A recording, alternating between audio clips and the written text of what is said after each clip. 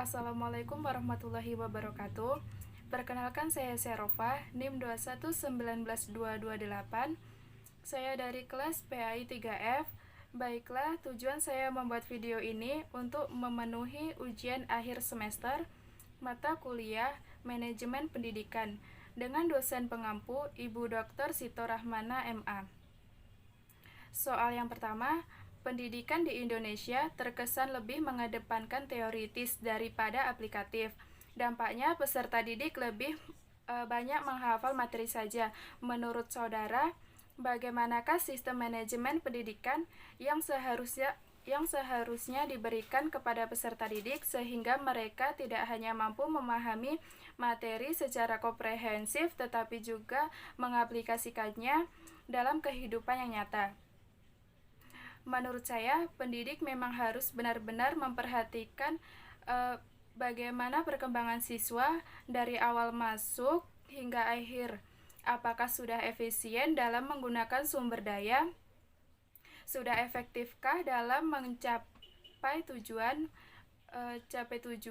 Bermuara kepada apakah tujuan pendidikan tersebut, dan apakah sudah benar-benar mendukung dalam kegiatan pendidikan dalam upaya pencapaian tujuan pendidikan. Dan yang lebih pentingnya, produktivitaskah dalam kepuasan siswa. Dengan mengkajinya hal tersebut, pendidik bisa lebih memberikan dan mengedepankan proses pembelajaran yang lebih baik lagi agar siswa tidak hanya memahami materi saja, namun siswa juga dapat mengaplikasikannya dalam kehidupan sehari-hari. Dengan begitu juga menciptakan suasana belajar yang bermutu dan menyenangkan, mendapatkan tenaga pendidik yang profesional dan memberikan hasil yang sesuai dengan yang diinginkan. Soal yang kedua, kualitas pendidikan di Indonesia masih belum merata. Menurut saudara, kenapa hal itu masih saja terjadi? Karena belum meratanya kualitas pendidikan, tidak seimbangnya akses pendidikan antara di kota dan di daerah. Hal tersebut menyebabkan tidak meratanya kualitas pendidikan yang diperoleh anak-anak di Indonesia. Soal yang ketiga, tentang hubungan lembaga pendidikan dengan masyarakat, sehingga pendidikan di Indonesia berperan penting dalam menghasilkan SDM yang berkualitas terhadap pembangunan dan kemajuan bangsa ini. Dalam lembaga pendidikan sangat dibutuhkan peran penting dalam masyarakat untuk proses kemajuan kualitas pendidikan, supaya menghasilkan sumber daya manusia yang berkualitas.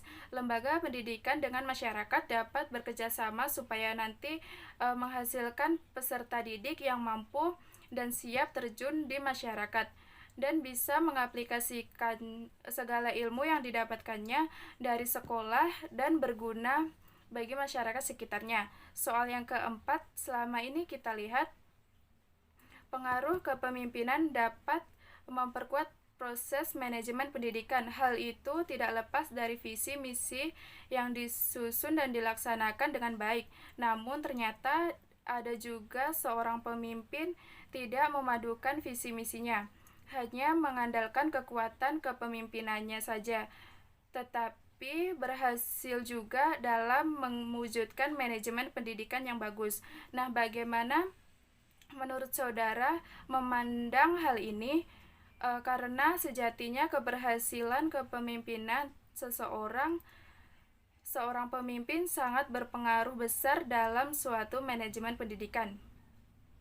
Pada masa sekarang, mungkin tidak diherankan lagi mengapa hal tersebut bisa saja terjadi. Banyak seorang pemimpin yang tidak pernah melaksanakan semua visi dan misinya, namun semua tetap berjalan dengan lancar. Karena banyak orang tidak mementingkan hal tersebut, tetapi mereka lebih mementingkan kualitas dan hasil yang bagus, tanpa memikirkan efek samping apa dan latar belakang seperti apa. Sehingga ketika suatu hal buruk terjadi, tidak ada yang tahu dan tidak akan tahu siapa yang akan mempertanggungjawabkannya.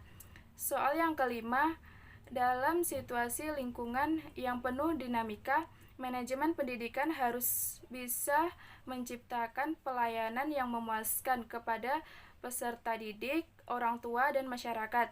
Lalu bagaimana dengan kondisi pendidikan sekarang yang mengharuskan kegiatan belajar daring dan masalah utamanya adalah kesulitan mendapatkan sinyal. Alhasil peserta didik tidak bisa belajar maksimal, sementara pemerintah pun sudah mengupayakan bantuan kuota internet. Padahal salah satu prinsip utama supervisi pendidikan adalah bukan mencari kesalahan, tetapi mencegah kesalahan. Sebagai seorang yang terdidik, bagaimana pandangan saudara mengenai hal tersebut, dan apa yang bisa saudara kontribusikan melalui pemikiran saudara bahwa saat yang bersamaan dengan kondisi pandemi ini, pendidik masih bisa bersaing secara efektif dalam konteks lokal, nasional, bahkan global. Menurut saya, pembangunan tower di daerah-daerah yang masih sulit mendapatkan jaringan internet, kerjasama antara pemerintah dengan pusat yang baik, dan jika hal tersebut cepat diatasi, maka lancarlah proses pendidikan yang dilakukan secara daring pada saat pandemi sekarang ini. Baiklah, sekian jawaban dari ujian akhir semester saya. Jika ada salah dan janggal, saya mohon maaf.